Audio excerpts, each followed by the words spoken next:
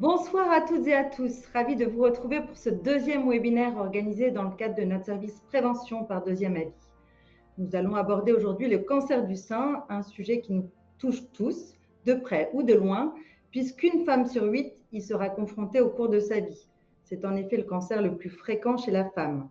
Ce chiffre fait peur, c'est vrai, mais ce qu'il faut surtout retenir, c'est que la médecine avance à pas de géant, les traitements sont de plus en plus ciblés, la prise en charge s'améliore et c'est justement pour parler de ces actualités et de ces progrès que nous sommes réunis. Pour nous éclairer, j'ai le plaisir d'accueillir le docteur Séverine Alran. Docteur, bonsoir. Bonsoir, Pauline. Merci d'avoir accepté notre invitation. Je vous passe la parole. Je prends la main. Bonjour à toutes et à tous. Il y a peut-être quelques hommes dans l'assemblée, mais ça, je ne le sais pas. Donc, je vais parler donc en quelques slides autour du cancer du sein, actualité et progrès. Donc, je suis le docteur Séverine Alran, chef de service au sein de l'hôpital Paris-Saint-Joseph. Et voilà, alors vous pouvez de temps en temps, s'il y a des incompréhensions, m'arrêter ou lever la main, et ça peut être aussi interactif. Je remercie Mme Pauline d'Orgeval et Deuxième Avis pour votre invitation, bien sûr, et à toutes d'être présentes ou présents ce soir. Donc, en guise d'introduction, je vais positionner un peu le contexte. Donc, le cancer du sein représente 33% des cancers féminins. Et dans la majorité des cas, le développement d'un cancer du sein prend plusieurs mois, voire plusieurs années. Quand il est dépisté tôt, c'est un cancer réputé, on va dire, de bon pronostic et dont le taux de survie reste stable et largement supérieur à 85% sur les 5 à 10 ans qui suivent. La majorité des cancers du sein sont dépistés à un stade précoce, en particulier donc grâce au dépistage organisé. Donc, je pense que toute la population, on va dire, française est sensibilisée. La mammographie donc est proposée. Oui, dès qu'on a 50 ans, on reçoit une petite enveloppe de notre chère caisse primaire d'assurance maladie pour nous inviter au dépistage organisé. Alors, pourquoi entre 50 et 74 ans ? Puisque la moyenne d'âge, on va dire moyen de survenue, c'est 63 ans. Ce qui ne veut pas dire qu'il n'y a pas de cancer avant et après. Mais la majorité, donc c'est entre cette tranche d'âge. Donc la majorité des cabinets de radiologie sont homologués, c'est ce qu'on appelle va être le test de dépistage ADK.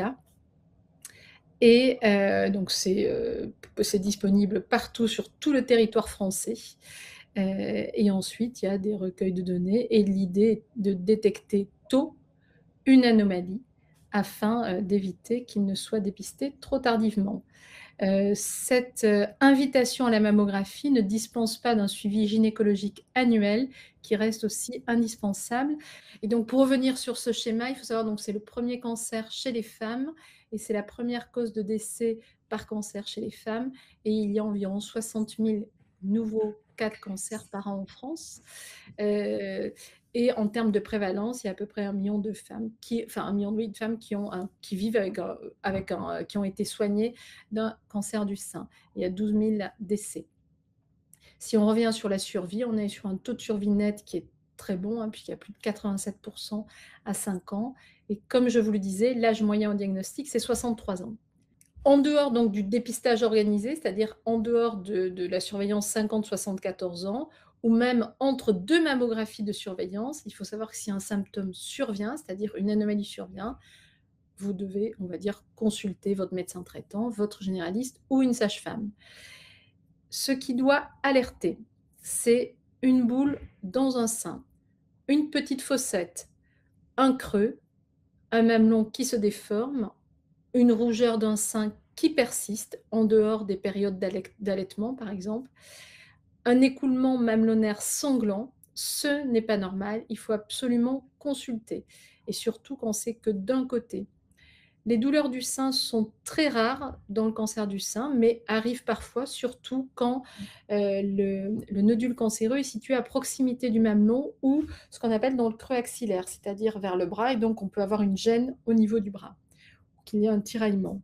Il faut savoir qu'également, toute démangeaison du mamelon, si malgré les crèmes et l'hydratation, ça persiste, doivent conduire à consulter un médecin et dans certains cas, si la mammo et l'échographie est normale, faire au moins ce qu'on appelle une biopsie de la peau du mamelon sous anesthésie locale pour s'assurer qu'il n'y ait pas ce qu'on appelle un début de cancer. Donc, face à une anomalie, vous consultez. Alors, je l'ai dit, mais je pense que je n'avais pas été entendue. Il faut savoir que pendant avant la ménopause, c'est-à-dire quand on a des cycles, on va dire, réguliers, on peut avoir ce qu'on appelle un syndrome prémenstruel. C'est-à-dire, au niveau des deux seins, on peut avoir des seins un peu plus tendus qui sont douloureux. Et puis, les règles se passent et on va dire, la tension mammaire diminue. Donc ça, c'est lié, ce sont des phénomènes hormonologiques liés aux imprégnations de progestérone. Et il faut savoir qu'en général, voilà, quand c'est des deux côtés, c'est hormonal, ce n'est pas cancéreux. Hein. Exceptionnellement, on peut avoir un cancer du sein des deux côtés, mais en général, ce n'est pas douloureux. Donc c'est vraiment le fait que ça n'apparaisse que d'un côté. Et comme je dis souvent aux femmes, une femme connaît bien son corps et quand il y a une anomalie, si vous posez des questions, consultez. Donc j'ai bien mis cancer au pluriel du sein et ses traitements. Il y a bien sûr plusieurs types de traitements. Donc il y a deux formes de cancer. Le cancer in situ, donc c'est le premier cancer. Donc comme vous avez le petit logo sur la gauche de votre écran, vous voyez qu'il y a un petit rond rouge qui correspond à ce qu'on appelle à l'intérieur de la lumière des canaux. Et donc, en général, il n'y a qu'une assise cellulaire. Si les cellules, comme c'est le cas sur cette slide, se mettent à proliférer, c'est-à-dire vous voyez qu'elles commencent à se multiplier et à grossir à l'intérieur du canal, on parle de cancer in situ. Donc, c'est ce qu'on appelle un cancer de stade 0. Il n'y a pas d'infiltration. Le traitement, c'est la chirurgie. Quand on préserve le sein, c'est associé à une radiothérapie. Les autres formes de cancer, dont le cancer in situ représente environ 20% des cas. Les autres formes de cancer, c'est ce qu'on appelle les cancers infiltrants. Donc vous voyez que la lumière du canal, les cellules progressent à l'intérieur et vont franchir ce qu'on appelle la membrane basale pour aller à l'extérieur des canaux et aller dans le tissu conjonctif. Et donc là, il peut y avoir des capacités à migrer et à aller vers les ganglions ou d'autres sites. Le cancer infiltrant ne veut pas forcément dire qu'il y a des métastases, mais c'est parfois juste au niveau du nodule et il n'y a pas d'autres anomalies par ailleurs. Les cancers infiltrants, ce n'est pas suffisant pour définir le cancer. Les pathologistes, donc qui sont nos collègues médecins qui travaillent en laboratoire et qui vont étudier les tissus d'un point de vue microscopique et avec des colorations et de l'immunohistochimie, vont caractériser les cellules cancéreuses. Il y a 3 grands types de cancers du sein infiltrants. Il y a ceux qui sont sensibles aux oestrogènes, c'est-à-dire que vous voyez qu'à la surface des cellules, il y a des petits récepteurs aux oestrogènes. Et donc, ces cancers-là, en général, se traitent par chirurgie, radiothérapie et hormonothérapie, c'est-à-dire un anti-œstrogène dirigé contre les récepteurs aux oestrogènes. Dans ces cancers-là, dans 40% des cas, on peut associer une chimiothérapie et des thérapies ciblées selon le degré d'extension au niveau des ganglions ou dans d'autres organes. Le cancer du sein triple négatif, les cellules vont s'éloigner du sein normal et perdent les récepteurs. Ce sont des cancers qui, avant les années avant 2020, étaient réputés relativement graves. Actuellement, il y a énormément, on va dire, de progrès avec ce qu'on appelle l'immunothérapie et on a pu typer ces cancers avec ce qu'on appelle, en mettant en évidence les PD1 et PDL1 et ainsi pouvoir faire des drogues ciblées sur ces récepteurs. Donc, la majorité des cancers triple négatifs, il faudra être dans le traitement, on associera de la chimio et de l'immunothérapie et également de la chirurgie et de la radiothérapie. Dans ces formes-là qui ne sont pas sensibles aux oestrogènes, il n'est pas nécessaire de faire de l'hormonothérapie. Pour le troisième type de cancer, c'est le cancer qui est HER2 surexprimé. Donc l'HER2, c'est également un agent de croissance qui est situé à la surface des cellules et qui va être détecté par ce qu'on appelle immunofluorescence, où on va, à l'aide d'anticorps anti-HR2, voir d'un point de vue fluorescent s'il y a ce qu'on appelle une surexpression de l'HER2 et de ce récepteur-là. Là aussi, alors ça, ce récepteur a été défini un peu plus tôt dans les années, c'était dans les années 95, et les anti-HER2, donc ces drogues ciblées, sont disponibles maintenant en France depuis 2005 et sont complètement pris en charge. Donc dans ce cancer-là, c'est comme pour les cancers triple négatifs, il y aura pratiquement systématiquement chimio, immunothérapie anti-HER2, chirurgie, radiothérapie. Et selon la taille du cancer, plus le cancer est gros, plus on va commencer par la chimiothérapie. S'il est tout petit, on peut commencer par la chirurgie, puis faire la chimio et enfin la radiothérapie. Les cancers HER2 surexprimés peuvent aussi exprimer des récepteurs d'œstrogènes ou pas. Et donc, selon ce récepteur ou pas, on fera une hormonothérapie. Il faut savoir que l'hormonothérapie, ça dure environ 5 ans. Concernant donc la chirurgie du cancer du sein, il y a 2 zones qui sont en général opérées. Il y a la chirurgie du sein et la chirurgie des ganglions axillaires. Il faut savoir que pour la chirurgie du sein, dans la très grande majorité des cas, on peut préserver le sein, dans 80% des cas. Dans 20% des cas, on est amené à proposer une mastectomie totale. Et quand on propose une mastectomie totale, dans une majorité des cas, on va essayer de proposer une reconstruction chirurgicale du sein et par prothèse dans plus de 50% des cas. Concernant la chirurgie des ganglions sentinelles, il faut savoir que maintenant, depuis une dizaine d'années, on ne fait quasiment plus de curage axillaire et que dans la majorité des cas, on va prélever le premier relais ganglionnaire. Vous voyez, sur le schéma, c'est le petit ganglion en rouge et on préserve les autres ganglions. Car si ce ganglion sentinelle est négatif, ça évite d'enlever toute la chaîne ganglionnaire qui, autrefois, provoquait ce qu'on appelle des gros bras, c'est-à-dire un gonflement du bras qui altérait beaucoup la qualité de vie. Donc le curage axillaire, quand il y a des ganglions atteints, on continue de faire cette technique en essayant aussi de préserver et surtout de prévenir par la kinésithérapie précoce et puis des recommandations sur tout ce qui est activité, éviter de prendre du poids pendant ces traitements. Donc il y a quelques... Je ne sais pas si on parlait d'idées reçues, mais parfois on peut dire si on m'enlève le sein, c'est grave. Mais en fait, pas forcément. Parce que si vous avez un cancer in situ qui est localisé dans différents cadrans du sein, donc zones du sein, on est amené à enlever le sein et c'est le seul traitement. Et donc, on le reconstruit dans la majorité des cas. Il n'y a pas d'autre traitement. Il n'y a pas besoin de faire de chimiothérapie. Il n'y a pas besoin de faire d'hormonothérapie. Donc, enlever le sein ne veut pas dire grave. Quand est-ce qu'on est obligé d'enlever le sein? C'est quand donc, il y a plusieurs foyers, comme sur les petites étoiles, vous voyez, définis sur ce schéma-là, qui sont distribués dans différentes régions du sein. Si les étoiles sont regroupées dans une zone du sein, on peut essayer de préserver le sein. Et quand le sein, alors il y a certaines formes de cancer qui sont ce qu'on appelle inflammatoires d'emblée, là aussi on est obligé d'enlever le sein. Mais comme je vous le disais, l'ablation, ça reste minoritaire, c'est 20% des cas. Et l'ablation du sein reste une chirurgie difficile à accepter, bien sûr, pour la très grande majorité des patientes.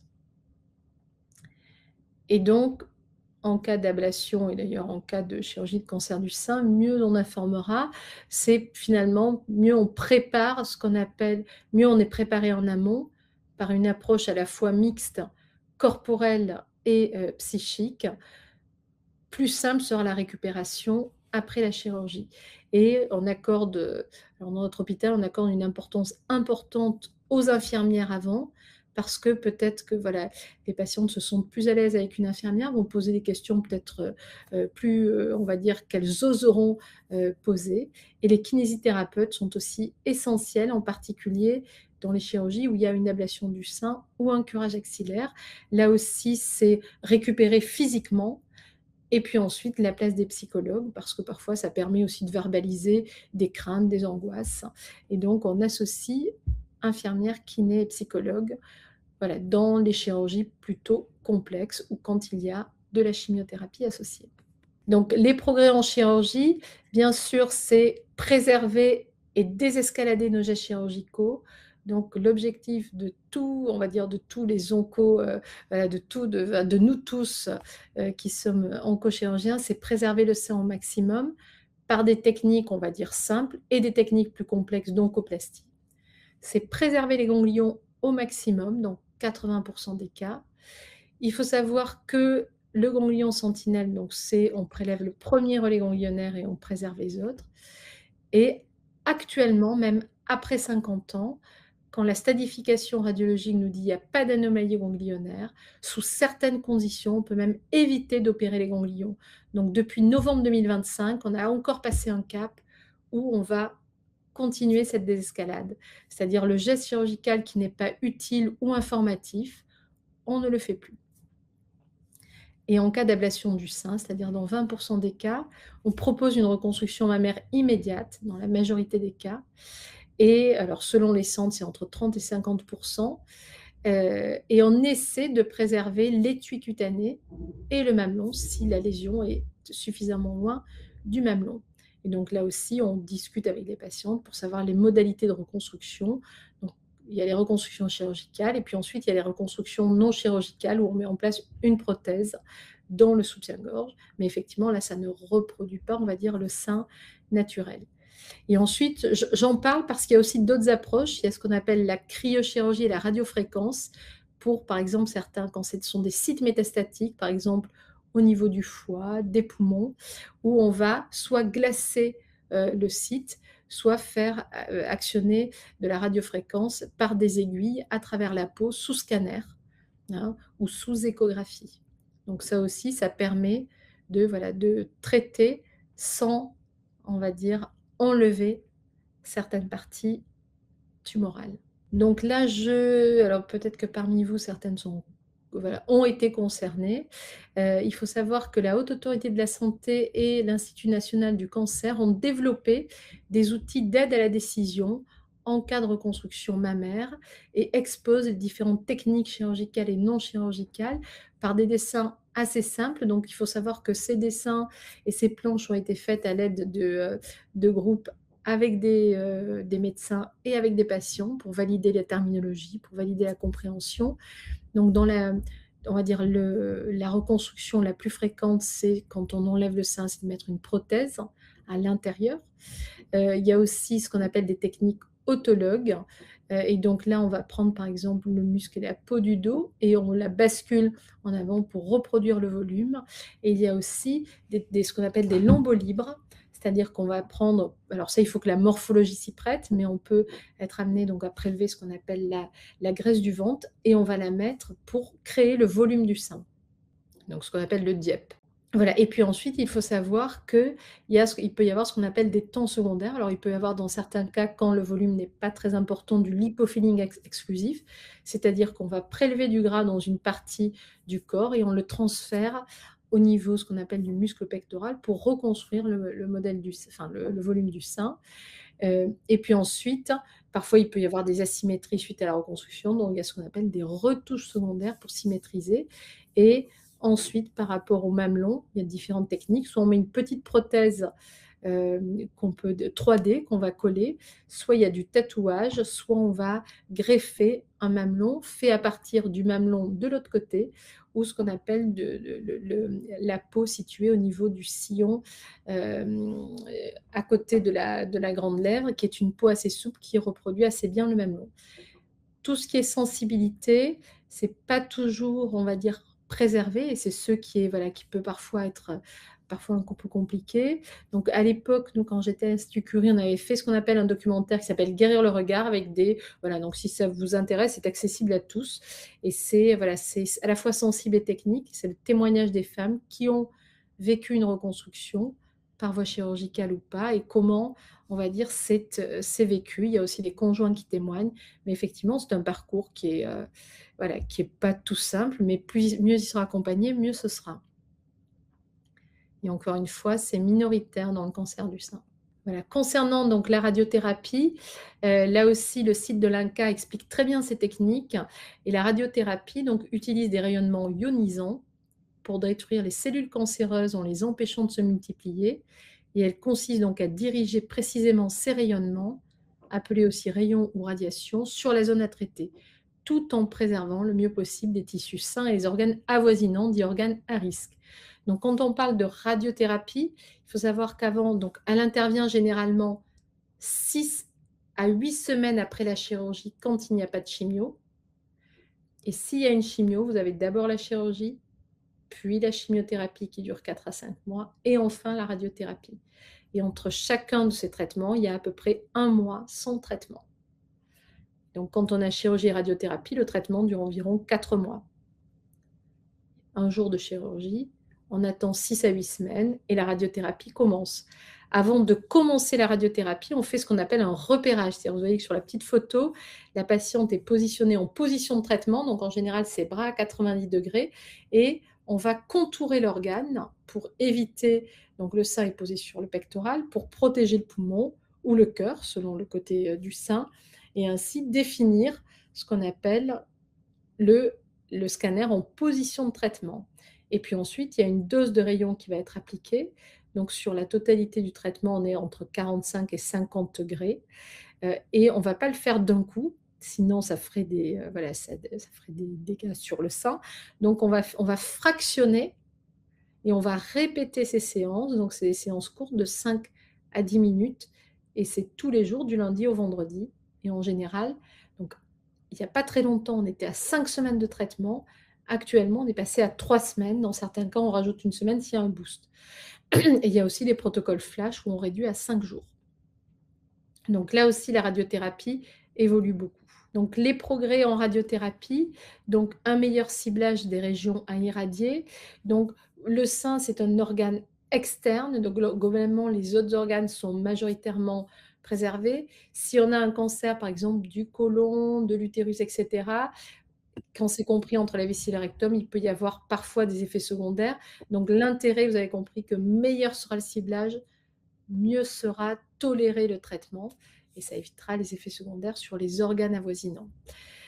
Par ailleurs, comme je vous le disais, on essaie d'alléger les schémas de traitement avec une réduction drastique du nombre de séances, puisque les traitements donc, sont à ce jour couramment délivrés en hypofractionné modéré, 15 à 20 séances, ou comme je vous disais, hypofractionné extrême, 4 à 5 séances. Et puis, on va personnaliser les traitements en intégrant des nouvelles données issues de l'imagerie et issues de la biologie de la tumeur. Et ensuite, il y a la radiothérapie adaptative, c'est-à-dire on va tenir compte des variations anatomiques, par exemple les mouvements respiratoires, de manière à ce que on bloque la respiration pour éviter l'exposition aux poumons. Donc, dans certains cas, on va recalculer la dose en temps réel. Et puis ensuite, il y a le développement de la protonthérapie, donc qui va agir moins en profondeur, qui n'est pas toujours dans le sein, c'est pas là où c'est le plus intéressant, c'est surtout au niveau de l'œil où ça apporte vraiment un bénéfice important. La modalité de délivrance des faisceaux et en particulier donc les modalités flash. Et voilà, donc ça c'est vraiment la radiothérapie de demain, avec toujours en perspective de personnaliser les traitements, améliorer l'efficacité et surtout réduire les effets secondaires. Le but de nos traitements, c'est bien sûr être en vie et surtout bien vivre après. Concernant les traitements médicaux, donc là, ce qu'on vient de voir, c'est que la chirurgie et la radiothérapie, ça agit localement, c'est-à-dire ça agit sur le sein et les aires ganglionnaires adjacentes au sein. Dans certains cas, donc dans toutes les tumeurs sensibles aux hormones, il y a des traitements médicaux comme l'hormonothérapie. Et quand il y a des risques métastatiques liés parce que la tumeur est grosse, selon ses types ou selon la diffusion qu'il y a eu, on va rajouter de la chimiothérapie. Dans certains cas, ce qu'on appelle une chimiothérapie préventive, c'est-à-dire qu'on va faire une chimiothérapie pour des cellules qui pourraient circuler. Et ensuite, il y a les immunothérapies. Donc, si je reviens sur l'hormonothérapie, je pense que quand même, on est la majorité, dans le grand public, tout le monde connaît l'hormonothérapie puisque dans son entourage, on a souvent des personnes qu'on connaît qui sont, donc ça, ce sont des comprimés que l'on prend en général tous les jours et c'est ce qu'on appelle des anti-œstrogènes. Les 3 grandes molécules, c'est le tamoxifène, le létrozole, l'exemestane, l'anastrozole que j'ai oublié de citer. Donc ça, le tamoxifène, en général, on le donne quand on n'est pas ménopausé Et les anti-aromatases, létrozole, exemestane ou anastrozole, on le donne au bout de 2 ans après la ménopause. Dans certains cas, et en particulier chez les femmes jeunes, avant 40 ans, on va associer un agoniste de la LHRH, c'est-à-dire qu'on va bloquer les ovaires, et on associe du létrozole ou du tamoxifène. Il faut savoir que cette hormonothérapie, je ne vais pas passer du temps, mais juste quand même pour vous dire qu'actuellement, on peut être enceinte après avoir été traitée d'un cancer du sein. Et chez les femmes jeunes qui ont des projets de maternité, utiliser donc ce qu'on appelle un blocage des ovaires par agonistes, c'est-à-dire qu'on crée une ménopause artificielle. Donc ça permet de protéger les ovaires. On associe une anti-aromatase et au bout de 18 mois, si tout est bon, on autorise une grossesse et on peut arrêter le traitement, autoriser la grossesse et se donner un délai de 2 ans pour qu'elle se fasse naturellement ou avec des aides à la préservation. Par contre, une femme jeune qui prend du tamoxifène, la grossesse n'est pas compatible avec le tamoxifène et il faut attendre 6 à 9 mois avant de débuter une grossesse. Donc c'est pour ça que voilà, dans l'hormonothérapie, il y a ce projet de fertilité qui peut parfois, on va choisir des traitements pour faciliter le début de la grossesse après. Et puis ensuite, il y a les nouvelles molécules qui sont les anti-CD4/6 et puis actuellement les SERD. Donc la chimiothérapie, donc ça se prend par voie orale ou en injectable comme l'agoniste de la LHRH. La chimiothérapie, donc c'est des drogues qu'on donne par voie intraveineuse. Et la chimiothérapie, en général, on va poser ce qu'on appelle une chambre implantable parce que si on la mettait sur des veines périphériques, le produit est assez fort et ça va abîmer les veines. Donc on est obligé de poser ce qu'on appelle une petite chambre implantable de manière à préserver le capital veineux. Les principales drogues utilisées pour la chimio, c'est l'épirubicine, le cyclophosphamide et les taxanes. Donc on associe souvent chimiothérapie avec oh là là, ça va être c'est chimique, etc. Il faut savoir que les taxanes, c'est de l'if, donc c'est un conifère, c'est issu de la nature et c'est un puissant conifère qui va agir sur les tubules et qui est, on va dire, disponible sur le marché maintenant depuis les années 2000 et qui a transformé le pronostic des cancers du sein. On va dire c'est issu de la nature, les taxanes, donc la pharmacopée parfois voilà, nous aide beaucoup. Et ensuite, vous avez toutes les immunothérapies qui ont été définies par une meilleure caractérisation des cancers. Et donc là, l'essor, c'est parti dans les années 90. Et puis jusqu'à très peu de temps, on va définir les anti-HER2, anti-PD1 et PD-L1 avec des taux de lymphocytes et des possibilités de réponse au traitement, les antipars, les anticorps conjugués, le deruxtecan, comme le deruxtecan. Donc ça, c'est vraiment les nouvelles drogues. Donc les progrès par rapport aux traitements médicaux, c'est-à-dire qui vont agir partout dans le corps, donc l'hormonothérapie et la chimiothérapie agissent sur l'ensemble du corps, ça va être d'améliorer la tolérance des traitements, prévenir et traiter précocement les nausées, les vomissements. Alors moi, depuis 25 ans que je fais de la cancérologie, c'est vrai que je trouve que la tolérance est bien meilleure pour les femmes. Malheureusement, autour de la perte des cheveux, on est encore, il y a des cas de réfrigérants, mais je trouve c'est pas encore optimal. Il va y avoir ce qu'on appelle des neuropathies, donc ça peut être extrêmement gênant, c'est-à-dire qu'au niveau des mains et des pieds. Donc actuellement, je sais qu'il y a pas mal de podologues qui vont dire surtout ne mettez pas de chaussures serrées, massez-vous bien les pieds. Et donc tous ces petits gestes du quotidien permettent d'améliorer quand même la tolérance des traitements. Et puis ensuite, il y a aussi actuellement, alors nous à Saint-Joseph, on a ouvert tout un atelier de ménopause, sensibiliser autour de la ménopause induite parce qu'on va dire la chimiothérapie, ça fatigue, etc. Mais si en plus on induit une ménopause précocement, oui, ça peut être plus fatigant. Donc tout n'est pas attribué au traitement, mais c'est aux effets des traitements, en particulier aux effets de la hormonaux. Ensuite, en termes d'oncofertilité, on essaie, quand le cancer du sein survient chez des femmes jeunes, de préserver la fertilité au maximum quand cela est possible. Il faut savoir que la chimiothérapie utilisée chez les cancers chez les femmes jeunes, dans la majorité des cas, la grossesse pourrait être spontanée après et on n'aura pas beaucoup recours, ce qu'on appelle aux techniques de préservation. Donc on le fait au cas où, mais au final on se rend compte qu'il y a un gros essai qui s'appelle Positive et qui est extrêmement encourageant en disant aux jeunes femmes, oui c'est possible d'être enceinte après. Il y a également des assos qui sont, je dirais, absolument remarquables et qui aident beaucoup ces accompagnements. Vous avez Rose Up et vous avez Rose et Jeune, où justement ils tiennent au courant des essais chez les femmes jeunes, permettent des échanges entre des problématiques selon les âges de la vie. Et puis voilà, là je ne l'ai pas mis sur la slide, mais il y a tout ce qui est oncogériatrie. Voilà, traiter le cancer à un âge avancé, c'est aussi, il y a plein de défis, c'est-à-dire jusqu'où on va, qu'est-ce qu'on fait, qu'est-ce que la patiente que l'on soigne souhaite, comment est l'entourage. Donc il y a aussi en oncogériatrie, voilà, c'est traiter la personne qui a un cancer et chaque cas est extrêmement différent. Et ensuite, selon les types de cancers en 2026, donc ceux qui sont sensibles aux hormones, donc il y a les nouvelles classes des serres d'Oro, donc ce sont des publications très récentes qui ont été rapportées au dernier congrès et qui sont des dégradateurs spécifiques du récepteur aux oestrogènes et qui montrent des gains de survie, en particulier dans les femmes plus avancées. Pour les HER2 positives, également, vous avez le trastuzumab, le pertuzumab, le Kadcyla, et puis à la place des anticorps conjugués, qui est en train aussi de transformer le pronostic. Et puis dans les triples négatifs, selon l'expression de PDL1, si c'est présent ou pas avec le compte, ce qu'on appelle des lymphocytes, on peut associer de l'immunothérapie ciblée, comme les anti-PDL1 et de nouvelles classes familiales qui arrivent. Donc on est vraiment, on est dans des progrès qui sont significatifs, que ce soit en chirurgie, en radiothérapie ou pour les traitements médicaux. Et puis la qualité de vie maintenant est indispensable pour accompagner, on va dire, les femmes que l'on traite, parce que les séquelles peuvent altérer cette qualité de vie. Donc si on revient finalement à un stade plus précoce, il faut savoir que donc les principaux facteurs de risque pour le développement du cancer du sein, c'est l'âge. 80% des cancers du sein se développent après 50 ans. S'il y a des antécédents médicaux personnels et familiaux, c'est est-ce qu'on va vers une enquête génétique? Donc les principaux gènes incriminés dans le cancer du sein, c'est BRCA1 et 2. Ça représente finalement, on va dire, peu de cas, c'est 8%.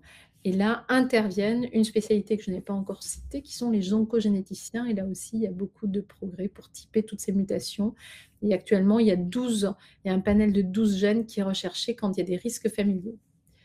Voilà, la consommation d'alcool et de tabac peut agir aussi pour partie dans le cancer du sein. Le surpoids, le manque d'activité physique, donc ça c'est valable pour finalement tous les cancers, les maladies cardiovasculaires et les maladies métaboliques comme le diabète. Certains traitements hormonaux de la ménopause peuvent, on va dire, faciliter les cancers, mais ne vont pas l'induire.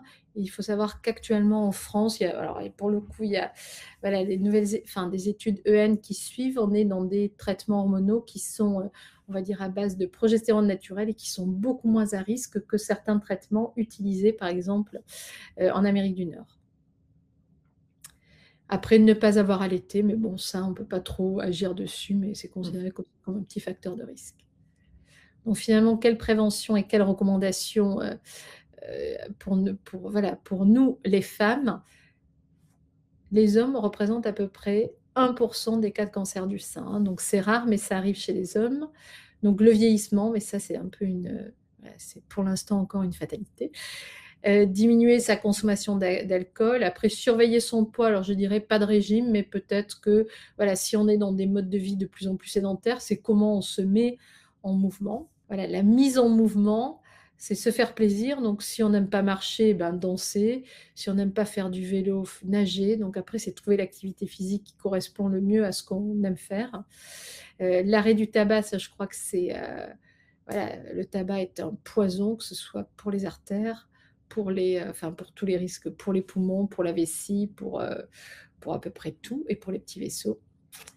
Bouger et manger varié, équilibré, ça réduit le risque de développer finalement le cancer, mais aussi plein d'autres maladies. Et puis ensuite, on estime que par des techniques de prévention, à peu près 20 000 cancers du sein pourraient être évités chaque année, soit un tiers des nouveaux cas de cancer pour l'année, ça c'était une étude sur l'année 2018. Et vous avez un logiciel pour celles ou ceux qui s'intéresseraient à savoir est-ce que je suis à risque ou pas, qui s'appelle CanRisk, CANRISK, et qui permet de calculer un risque individuel de cancer du sein. Des fois, certains n'ont pas envie de savoir. Finalement, c'est une question assez philosophique, ça, savoir ou ne pas savoir. Disons, actuellement, il y a des outils pour savoir. Est-ce qu'on veut savoir ou pas? C'est très personnel. Donc là, je n'interviendrai pas, c'est pas mon rôle. Le deuxième avis, ça a voilà, l'annonce d'un cancer du sein. Si en plus, dans certains cas, on annonce une chimiothérapie, et dans quelques cas, quand on annonce une mastectomie, c'est finalement c'est une épreuve dans la vie des femmes et des hommes qui sont concernés. Alors pour eux, c'est encore plus difficile parce que finalement, ils sont peu nombreux. C'est une maladie hyper féminine. Donc, où est-ce qu'on se situe dans cet univers de femmes? Donc, il y a eu quelques papiers sur ça, mais c'est pas non plus simple pour les hommes. Et surtout que chez les hommes, ça apparaît à un stade plus avancé puisqu'on n'y pense pas forcément. Et finalement, prendre un deuxième avis pour certaines patientes, ça permet de mieux accepter les propositions de traitement, parfois de mieux les comprendre et finalement de mieux vivre cette épreuve finalement que personne ne choisit. Personne ne choisit d'être malade et malgré tout, il va falloir passer par un parcours qui est imposé. Donc, c'est comment finalement voilà, limiter cette épreuve, enfin, mieux vivre cette épreuve dont l'objectif principal est quand même de guérir et de guérir avec des séquelles minimum. Je vous remercie beaucoup pour votre attention. Merci beaucoup, docteur.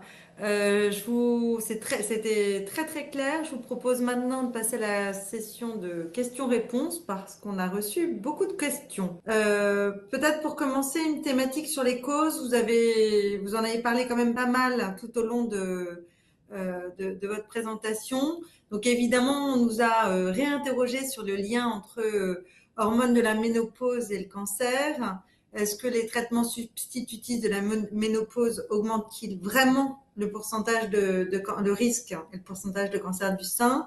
Il y a aussi les questions sur l'impact d'un surpoids, sur le port d'un soutien-gorge ou sur l'utilisation de produits de toilette qui pénètrent dans la peau. Et inversement, quel est le rôle du sport en prévention? Ça va être beaucoup de redites, mais la prévention, c'est ça aussi. Oui, oui, oui.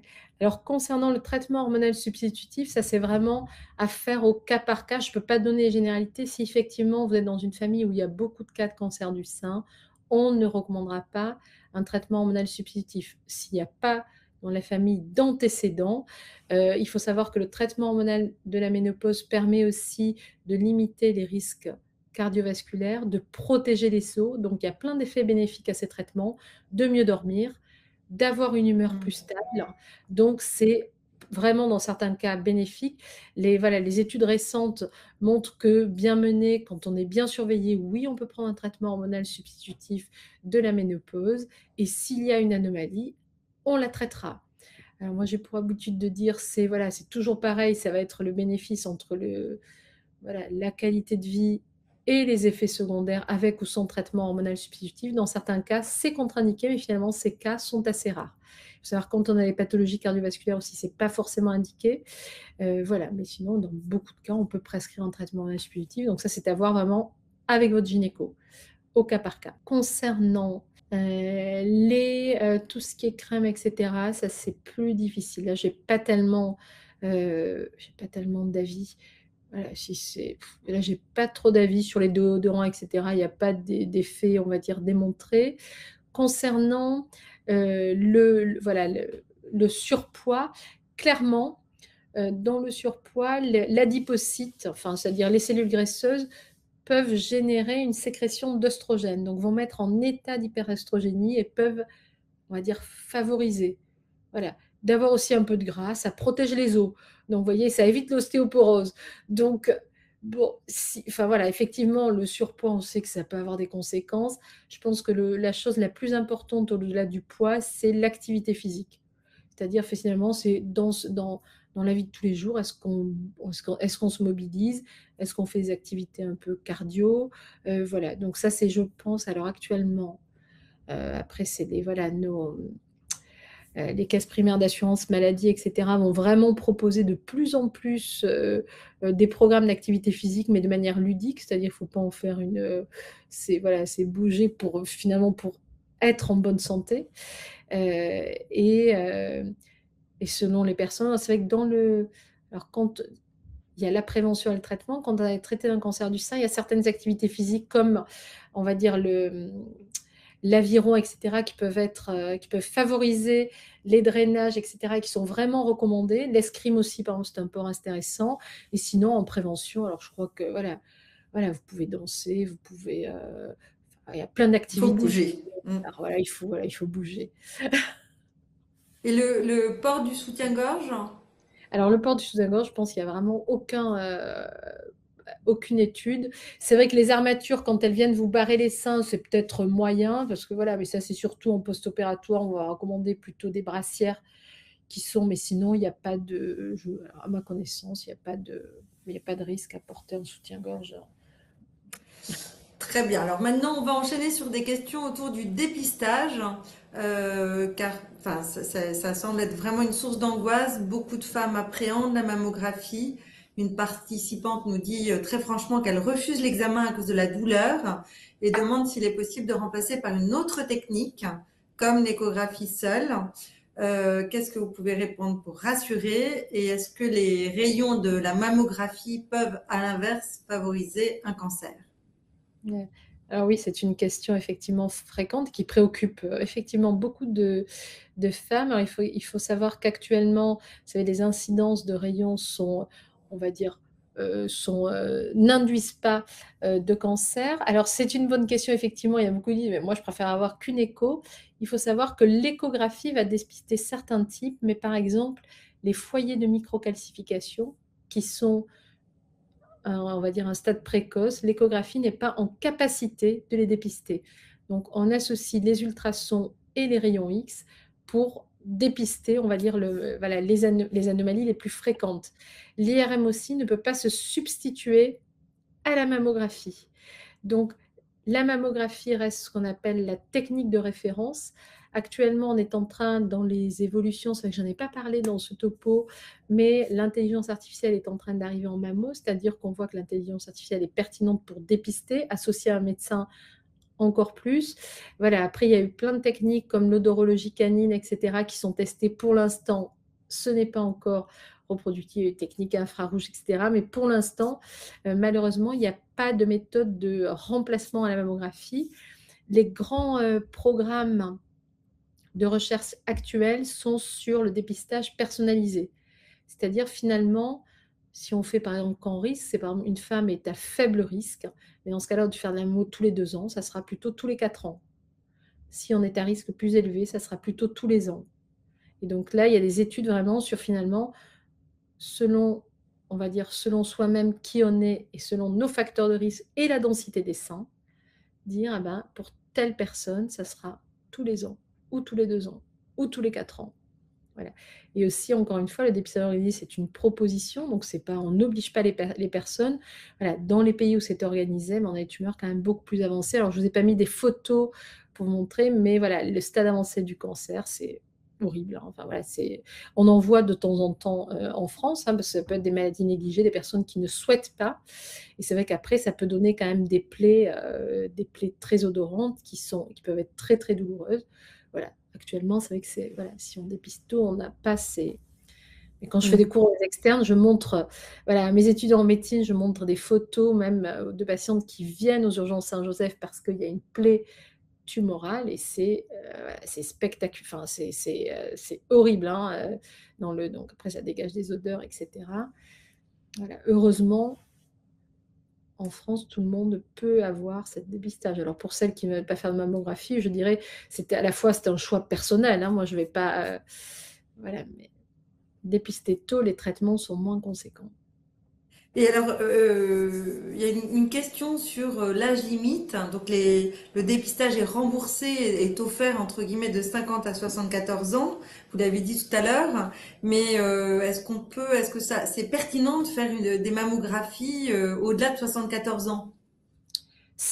Alors, en termes de santé publique, je dirais non, puisque si après 74 ans, on continue chez toutes les femmes, on en dépistera très peu.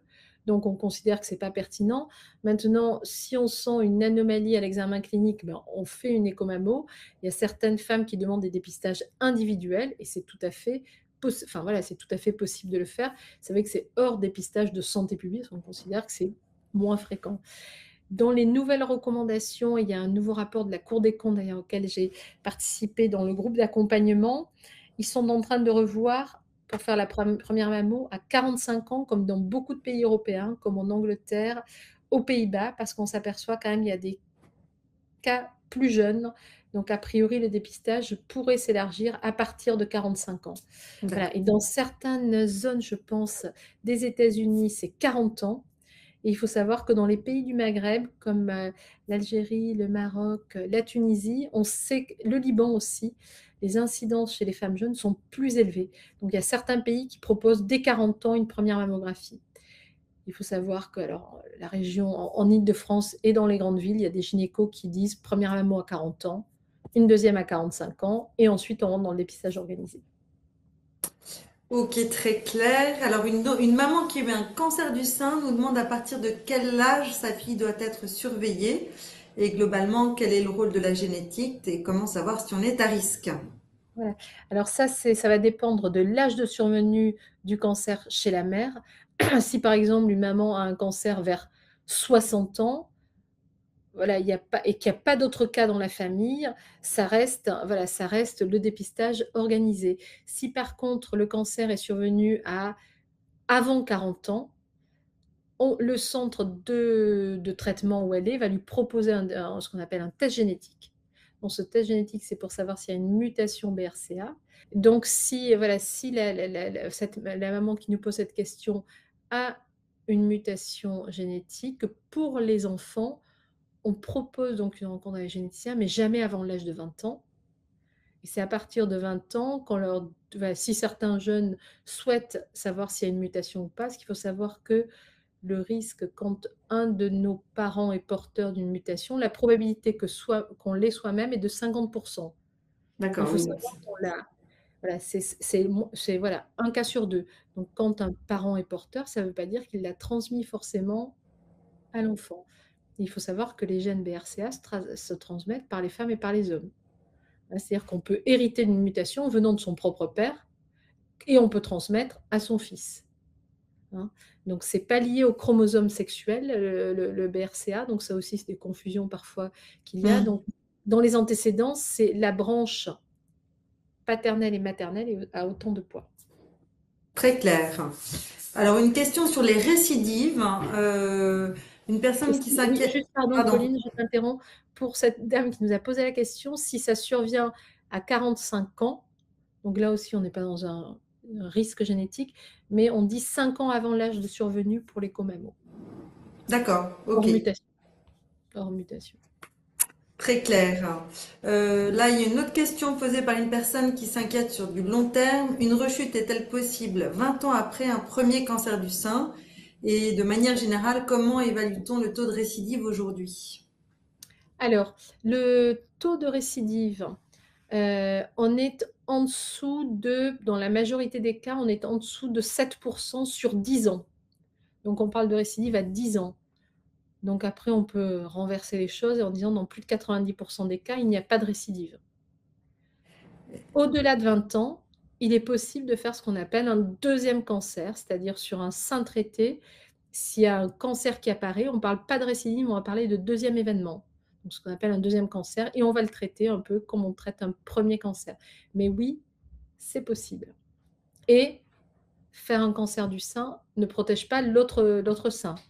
C'est-à-dire que l'autre sein se retrouve, si on n'a pas de mutation génétique, comme la population générale, donc le risque reste à peu près une femme sur 8 à 10. Mais 20 ans après, est-ce qu'on a plus de chances, quand on a fait un premier cancer, d'avoir un deuxième cancer? Non, absolument pas.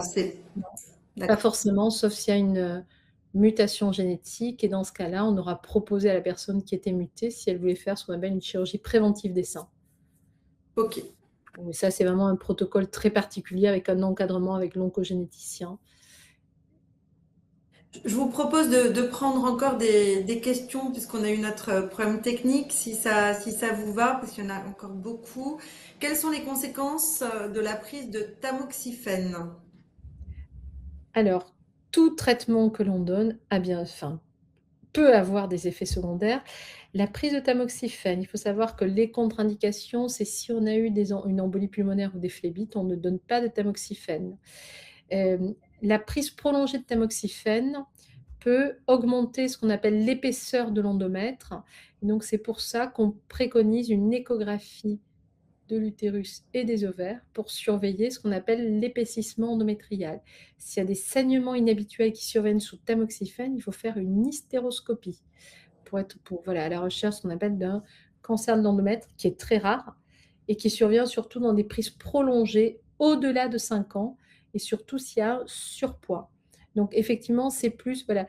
Et puis parfois, dans certains cas, si on a, par exemple, souvent on fait une échographie pelvienne au début du traitement pour s'assurer qu'il n'y ait pas de fibrome ou de kyste ovarien, parce que ça peut faire augmenter les fibromes ou les kystes ovariens. Donc effectivement, il y a une surveillance médicale sous tamoxifène. Dans la majorité des cas, c'est vrai que ça, voilà, il est relativement bien supporté. Concernant les autres traitements, les anti-aromatases, ça a des effets secondaires plutôt ostéo-articulaires. C'est-à-dire, ça peut, donc là aussi, on va demander une densitométrie osseuse pour s'assurer qu'il n'y ait pas d'ostéoporose. Et s'il y a ostéoporose, il faut la traiter parce que ça peut accentuer ce qu'on appelle les risques d'ostéoporose et de douleurs articulaires. Très bien, enfin si on peut. Merci pour ces explications plutôt. Combien d'années dure la surveillance annuelle après une intervention sur un cancer du sein? En général, c'est 5 ans. C'est une fois, on va dire, par an. Enfin, c'est tous les 6 mois en lien avec votre médecin traitant et l'hôpital où vous êtes suivi pendant 5 ans. L'écho-mammo, c'est une fois par an. Donc ça, c'est plutôt à vie. Même là, s'il y a des études qui sont en train de sortir, peut-être aussi il faudrait personnaliser la surveillance selon le type de cancer. C'est-à-dire, probablement, on surveille beaucoup trop. Donc là, il y a un New England qui vient de sortir sur tel cancer pour être surveillé de manière personnalisée. Pour l'instant, ce n'est pas dans nos,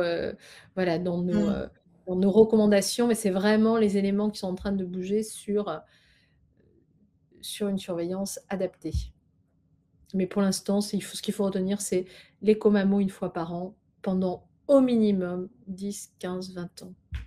Et après, selon certains âges, ça, moi j'en parle avec mes patientes, une dame qu'on a soignée à 80 ans, voilà, en théorie, c'est écho-mammo tous les ans. Après, c'est s'il y a une anomalie, qu'est-ce qu'on fait? Si on n'a pas envie de traitement, eh bien, ne faisons pas d'écho-mammo. Mais dès l'instant où on fait l'examen, il y a une anomalie, ben, en tant que médecin, c'est difficile de dire, ben, on ne fait rien. Très bien. Une question sur les cancers du sein masculin. Quels symptômes, puisque bien que rarissime, voilà, quelle info vous pouvez donner pour ces types de cancers? Alors, c'est comme chez les femmes, c'est toute boule qui apparaît dans le sein chez un homme, ce n'est pas normal. Un mamelon qui déforme, c'est exactement les mêmes signes que chez les femmes, et même sous le bras, voilà. Et au minimum, c'est écho-mammo et puis biopsie si anomalie. C'est comme chez les femmes. Ok, très clair. Un cancer du sein métastasé l'est-il suite à une découverte tardive ou c'est un type de tumeur qui se métastase plus vite? Pas forcément. Pas forcément. Des fois, on diagnostique des cancers métastasés d'emblée qui sont très indolents parce que soit c'est des proliférations faibles et parfois on peut avoir des tableaux assez spectaculaires qui sont, voilà, on se dit, voilà, avec des patientes qui vont dire, mais moi j'ai fait, voilà, c'est rare, c'est exceptionnel et voilà, et ça arrive malheureusement. Après, cancer métastasé, actuellement, ça se soigne aussi. Il faut savoir que dans les métastases osseuses, actuellement, il y a des traitements qui sont très efficaces. Et quand il y a des métastases, c'est surtout qu'il n'y ait pas, par exemple, de fracture osseuse. Donc, c'est agir sur renforcer les os. Et l'hormonothérapie, par exemple, pénètre bien au niveau des os et peuvent stabiliser. Et on peut. Et après, effectivement, quand on est dans un cancer du sein qui est métastasé, c'est comme dans beaucoup d'autres maladies, on peut prendre un traitement à vie. Ah. Donc après, on est finalement, quand on a une hypertension ou un problème de thyroïde, on prend des médicaments à vie et ça ne choque personne. Dans le cancer, dans certains cas, on prend un traitement à vie pour stabiliser la maladie et éviter qu'elle ne progresse. Que veut dire ACR3?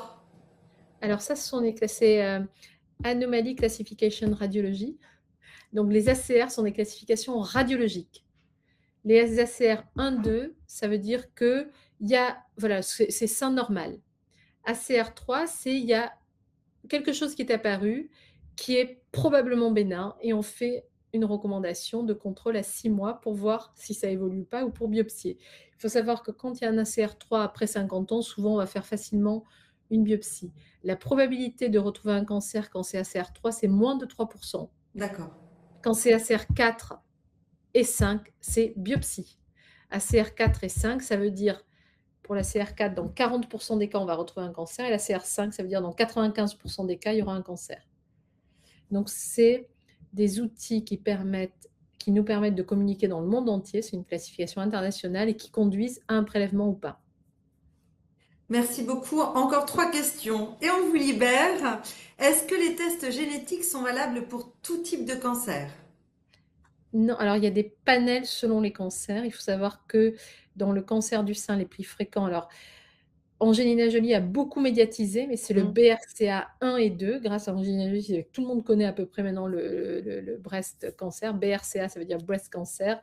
1 et 2, c'est situé sur les chromosomes 13 et 17. Et donc, ce sont des mutations avec des anomalies de réparation de l'ADN. Il faut savoir qu'il y a, voilà, dans le panel de cancer du sein, il y a 12 gènes, donc BRCA1, PTEN, RAD51, KRAS. Donc, il y a 12 mutations qui sont recherchées. Il faut savoir que endomètre côlon, ça va plutôt être le Lynch. Et après, selon les autres formes de cancer, dans le poumon, il y a d'autres mutations. Donc, les mutations sont plutôt spécifiques à l'organe. D'accord. Et du coup, la chirurgie préventive, c'est dans le cas spécifique du BRC1, BRC2? Oui. Alors, chirurgie préventive, et puis le PTEN, le RAD51, enfin, il y a des mutations où on va dire, bah, finalement, il y a une surexposition au cancer du sein qui est multipliée par, enfin, qui est de 40% plus élevée que dans la population générale. Et selon les âges des patients, on va proposer soit une chirurgie préventive, soit une surveillance active. C'est-à-dire, dans le cancer du sein, on a dans la prévention, on va dire, mais soit on part sur une surveillance active, écho, mammo, IRM, une fois par an, soit une chirurgie préventive. Et selon le choix des patientes, le vécu des patientes, certaines vont s'orienter vers une surveillance active et d'autres vont dire, moi, je préfère une chirurgie, enfin, c'est préféré.